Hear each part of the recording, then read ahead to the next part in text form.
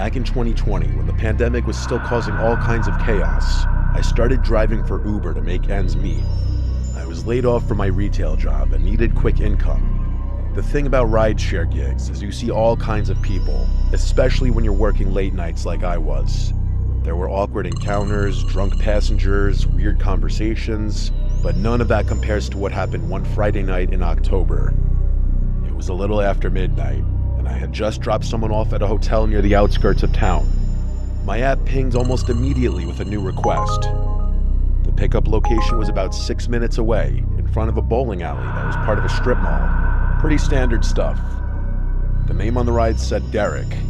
I accepted it and started heading over. The area was quiet when I arrived, just a few dim parking lot lights. No cars in sight, and the bowling alley looked closed. But there was a man standing alone under one of the lights, wearing a gray hoodie and jeans.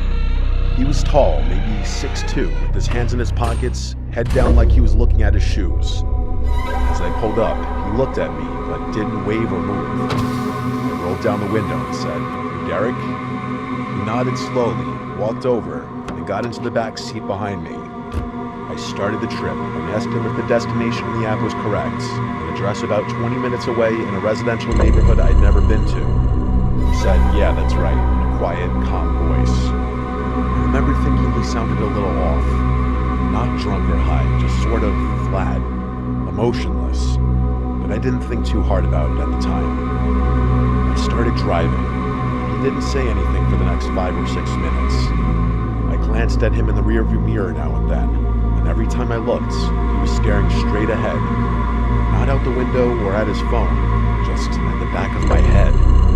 I tried to break the silence by asking how his night was going. He paused, then said, "Just needed to get out of there." I asked out of where. He said, "Doesn't matter." So I didn't push it. We drove a while longer. About 15 minutes in, I realized we were getting closer to the destination, but the address was in a really isolated part of town. No streetlights, big yards, lots of trees. As we approached the address, he suddenly leaned forward and said, "Actually, can you pull into that driveway right there?" He pointed to a house on the right.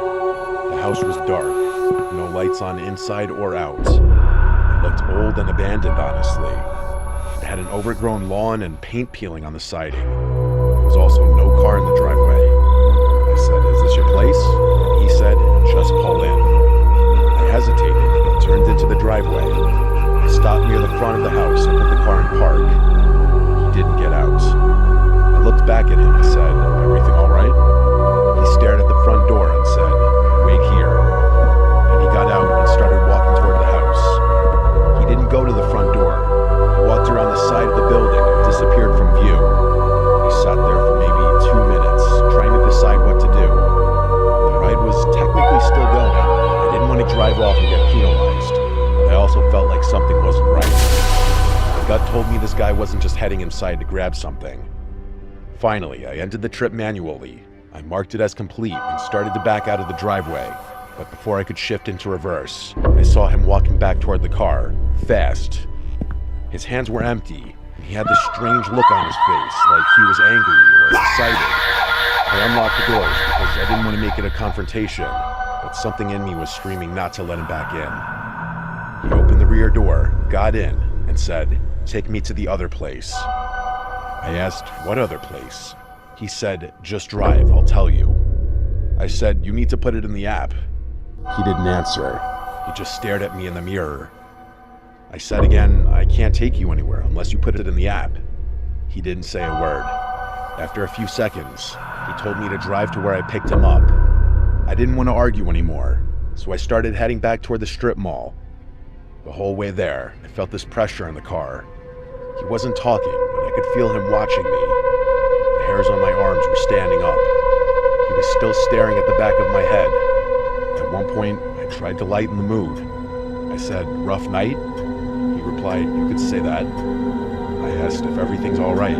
He said, "Not yet." I didn't ask any more questions. When we got back to the strip mall, I parked under the same light where I picked him up, but before I could say anything, he leaned forward and asked, "You ever wonder how you're gonna die?" I froze. I laughed awkwardly and said, not really something I think about. He didn't laugh. He just leaned back in his seat. After a few seconds, he said, "I think about it all the time." Then he opened the door and got out without another word. He didn't close the door right away. He just stood there for a second, half in and half out of the car. Then he looked at me and said, "You picked the wrong guy up tonight." He shut the door and walked off into the darkness behind the bowling alley. I sat there for a moment, too shaken to move. Eventually, I drove home, constantly checking my mirrors. When I got home, I looked at the trip details again. Something was off. The name had changed. It no longer said Derek. It was blank. No name, no profile picture, no trip history. It was like the ride never happened. I contacted Uber support to report it, but they told me the trip data was unavailable. They said sometimes that happens if the app crashes or if the rider cancels midway. I know what I saw. I know I completed the trip. I know the man got in and out of my car. And I know he said what he said. You picked the wrong guy up. I'll never see him again, and I hope I never do. But every time I get a ping in a dimly lit parking lot or have a silent passenger in the backseat, I remember that night. I remember that feeling. Something terrible could have happened. That maybe he changed his mind at the last second. Maybe he was never planning to do anything. Just wanted to scare someone. But I still wonder what he meant.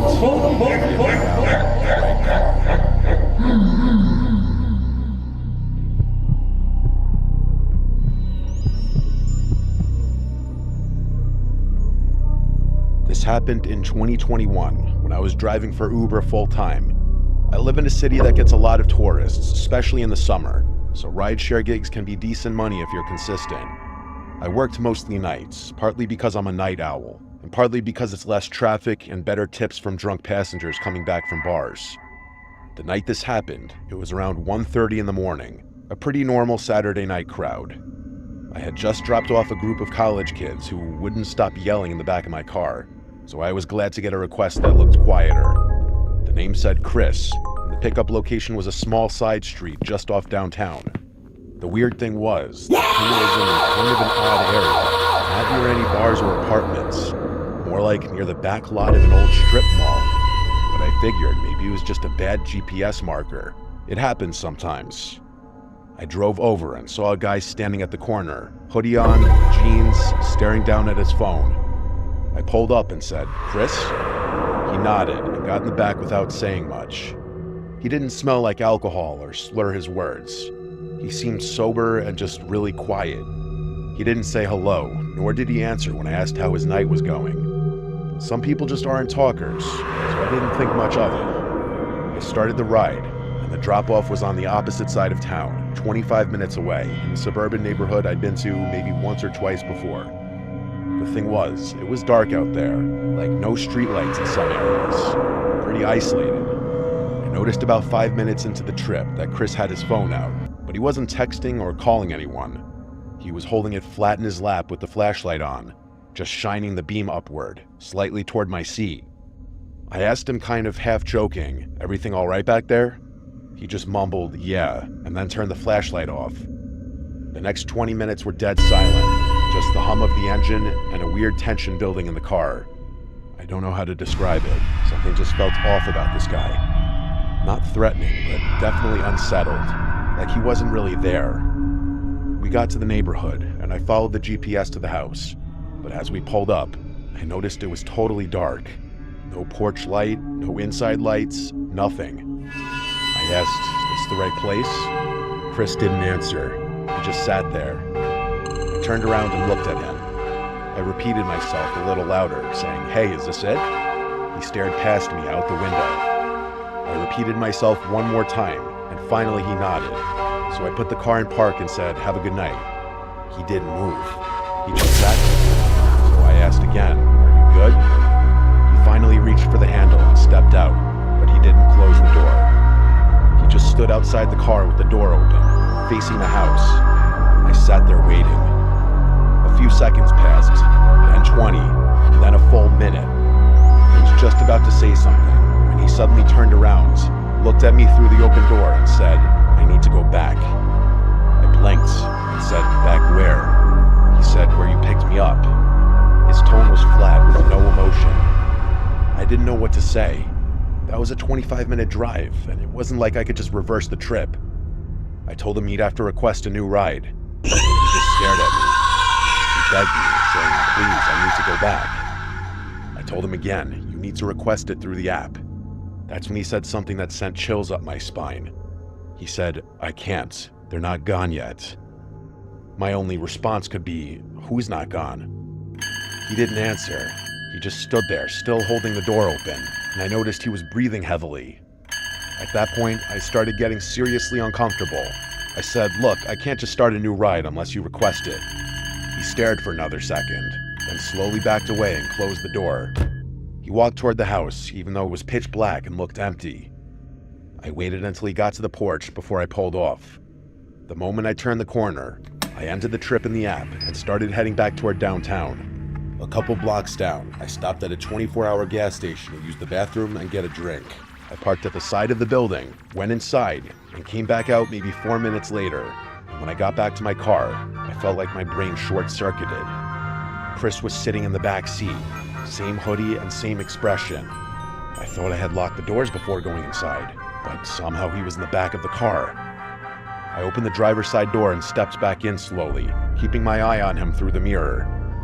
"How did you get back in?" I asked. He just said, "Take me back." I said, "I'm calling the cops," and reached for my phone. That's when he leaned forward, close enough for me to hear his breath, and said, "They're still in the house." I don't know why, but I didn't call the police. Something about the way he said that made me feel like he was having some kind of episode. I played along and said, "Whose house is that?" And he said, "My parents." I asked him if he lived there, and he said not anymore. That made the hair stand up on my neck. I started slowly driving back to where I picked him up. Every part of me was screaming not to do it, but I didn't know what else to do. As we got closer, he started breathing heavier. He was rocking slightly in the back seat. At one point, he whispered, "They're still there. They won't leave, no matter what I do." When we pulled up to the house, there were still no lights, still no signs of anyone living there. He got out without saying anything and then walked up to the front door and stood there. He didn't knock or anything, just stood still. I waited maybe 30 seconds, then pulled away again, making damn sure the doors were locked. I drove 3 blocks, parked under a streetlight, and sat there for 10 minutes trying to process what just happened. I debated calling the cops, but what would I even say? That a guy got into my car twice and said weird things? There was no crime technically as far as I knew, so I just drove home and didn't sleep that night. The next day, I reported the ride to Uber, and honestly, I regretted not reporting this to the police because the man might have been sick in the head needing help. I hope he didn't hurt it. Who knows if that house was even really his parents' house, or if he actually was just having a manic episode. I'm an 18-year-old girl that lives alone in my apartment with my dog. I live about 8 miles out of town, so getting food delivered can be a hassle sometimes. I never thought anything of Uber Eats being bad. You may hear some stories, but never think they will happen to you. At least that's what I thought. It was Friday evening. I was cleaning my apartment, getting ready for my boyfriend to come over. We're long distance, so I only get to see him on weekends, so I usually try to get it cleaned up before he arrives on Saturday. I had been cleaning for about 2 hours, and it was past 6 p.m., so I was feeling hungry. I didn't want to dirty any dishes, as I just cleaned them all and cleaned the kitchen. I decided to order food so I wouldn't have to make a mess. I ordered my food and got the notification that my driver was on his way, driving a white Honda Fit Sport. I'm a young girl living on my own, so I had my delivery instructions set to leave my order at my door for contactless delivery. I was sitting in my living room watching TV, and I got the notification that my food was delivered. As soon as I got that notification, I jumped up, eager to get my food. I was starving. When I opened the door to grab my food, it wasn't there, so I thought maybe he set it at the wrong door. Looking down at all the doors, none of them had the food at them. So I went back in. I was going to message him. I heard a knock at my door. It was my next door neighbor. He was holding my food. I said, "Hey, sorry, I picked up your food from your delivery driver because he was looking through your windows. I wasn't sure what he was doing." I took the food and thanked him, wondering what the hell just happened. I went back in, ate my food, and enjoyed a movie when I started to get ready for bed.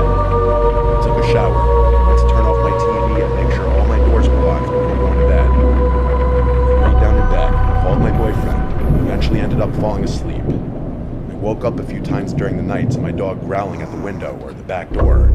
My dog isn't a huge, scary dog. He's a small 5-pound Yorkie. It's still pretty scary when he growls at something and catches you off guard.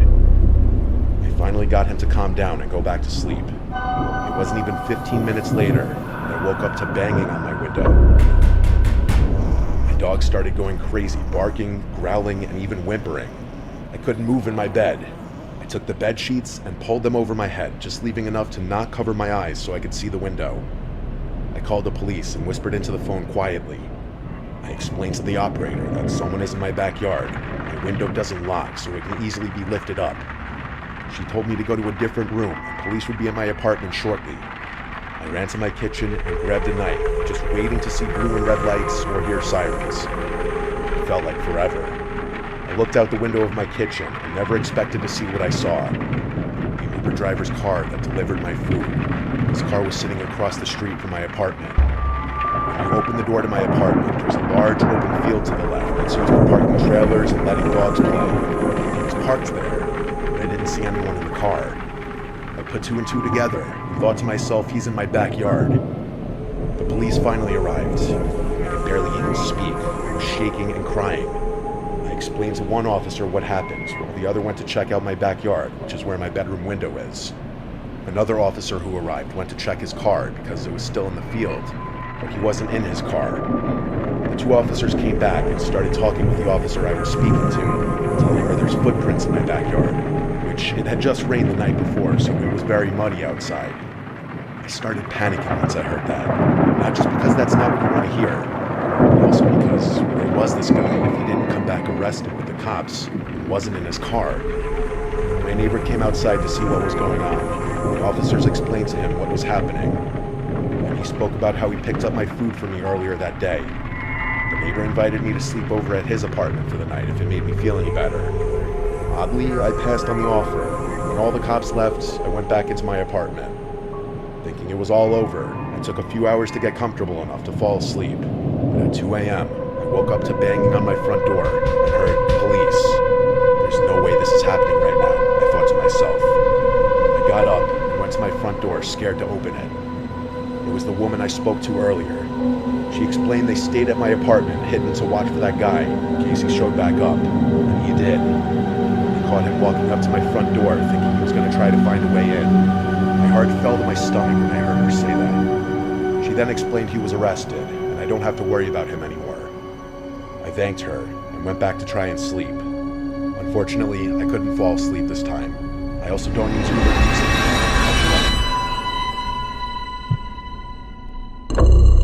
I was 26 at the time, and I'm male. I was in Washington, D.C. on a sort of vacation, visiting my then-fiancée. I'll call her Sarah for the sake of the story. I was visiting for a graduation she was having for her basic training. It was a big deal for her family, and she asked me to be there for it, so I said why not and booked the flight to be there. I'd be arriving about a week before the rest of her family, so she and I could have some time, just the two of us, before she would be busy with having all of her family there for the occasion. She stayed with me at my hotel during this time, and eventually we decided we wanted to go and explore some of the nearby historical sites that Washington had to offer. I'd never been there, of course, so the idea piqued my interest, and we decided to do it. Once we arrived at our location, we spent about 4 hours walking around and seeing all the sites, from the Lincoln Memorial to the Washington Monument, the Congress Building, and even the White House. It really was a fun and exciting experience for myself to see all these places, as I had missed out on going on a school trip in high school to visit them. Sarah at the time seemed to appreciate my interest in them as well, and we really enjoyed ourselves.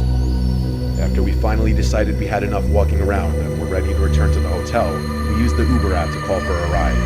We had used it earlier to arrive and had no issues, so we decided to just use it again for the ride back. Sarah made the request on her phone, while I sat down under some shade and waited. I was pretty tired from all the walking we did, and I could feel my body just ready to get back to the hotel for a long-needed nap. Eventually, after about 10 minutes of waiting, a car pulled up in front of us along the side of the road. Sarah motioned for me that this was the car, as the place they stopped at was not a parking spot or a place a car would just stop at on its own. I stood up and followed her to the car, where she opened the back door and stepped inside, asking the man, "Uber for Sarah?" And he gave a slight nod without saying anything. So I followed her into the car and shut the door behind me. Now looking back on this, I realized how stupid both her and myself were in doing this. I should have asked for the driver's name and verified the car was matched to the one on the app. I didn't have access to any of this myself, and she made a request on her phone, so it didn't really cross my mind at the time to do any of this. So we both sat in the back of the car, which was a gray-colored minivan. The driver didn't speak to us. I found this a bit odd, as any other driver I'd ever had would at the very least greet me once I entered or confirmed my name. But this guy, nothing. He started driving without acknowledging either of us, other than the nod he gave when Sarah asked him if he was our Uber. I did pick up on how weird it was. I was tired and I didn't really feel like trying to engage with the man myself. I laid my head back and just closed my eyes. I then felt a tap on my arm from Sarah after what felt like only 5 minutes of the drive. I opened my eyes, looked at her. She didn't speak to me. I could see the look on her face was one of worry, and it had me wondering what exactly she was concerned about. She then pointed to her phone, which was showing the route the Uber would take to drive us back to our hotel.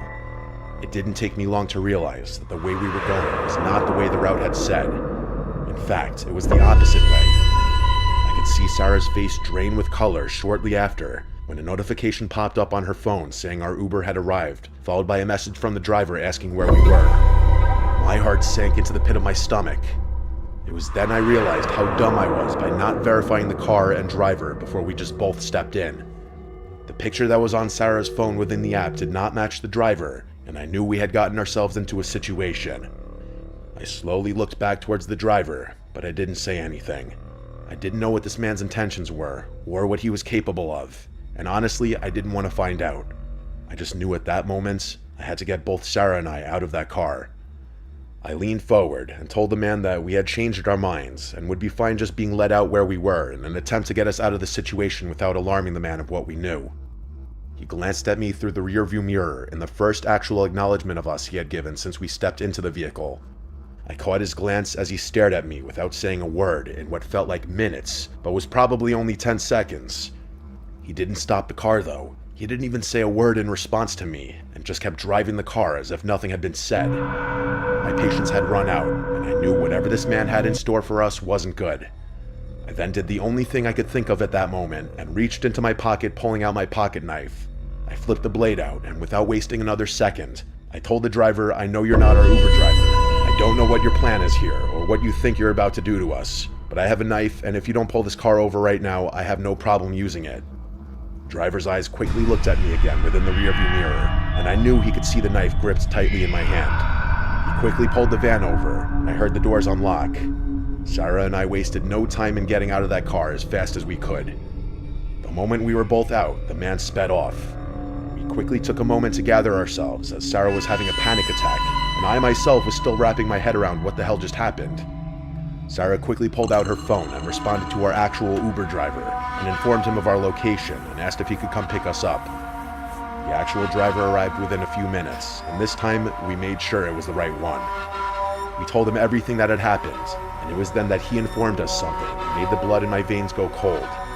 He told us there had been multiple instances recently where people were posing as Uber drivers in the area, as it was an easy way to find many tourists and people not from the area that wouldn't think twice about just getting into a car thinking it was a Lyft or Uber.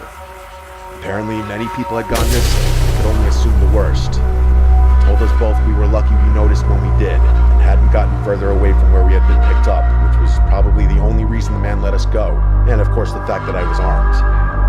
We made it back to the hotel without issue, and we quickly reported it to the police. I gave the best description of the man and the car that we both could.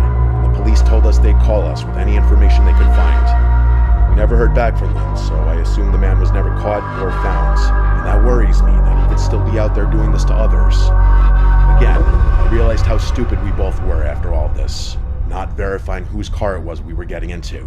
But let this be a reminder to everyone listening, do just that. Always verify your Uber drivers. Always make sure you're aware of your surroundings.